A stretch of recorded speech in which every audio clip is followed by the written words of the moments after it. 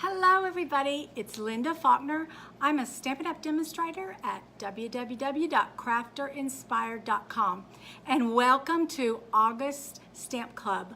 Hello to all my friends in Mississippi, I miss you, and hope that you're following me and we can have some other folks join in and have a bigger club because of it. I just moved from Mississippi to Maine, and I am starting a new business here and trying to keep up with all my old friends in Mississippi through YouTube videos. So we're going to do our stamp club together for August. Today we are going to talk about casing.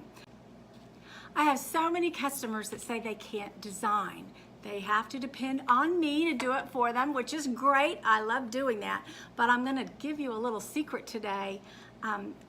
Everything that everybody designs pretty much comes from something they've seen somewhere else, whether it's consciously or subconsciously. So today we're going to talk about casing, copy and share everything. I am getting settled in, finding most of my scrapbook things, still looking for my paper snips. I have to show you something though. Today in my scrapbook closet, my new one, look what I found.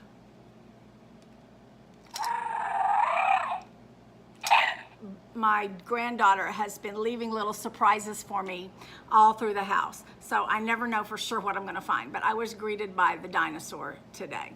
Thought you'd get a kick out of that. Now, this video is for Sue and all of you who say you can't design.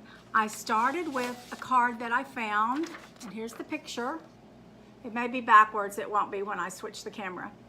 And I started with a card that I found on Pinterest. This one came from Scrapbook Cards and Scrapbooking and Cards Today magazine, which is a great magazine out of, actually it's out of Canada.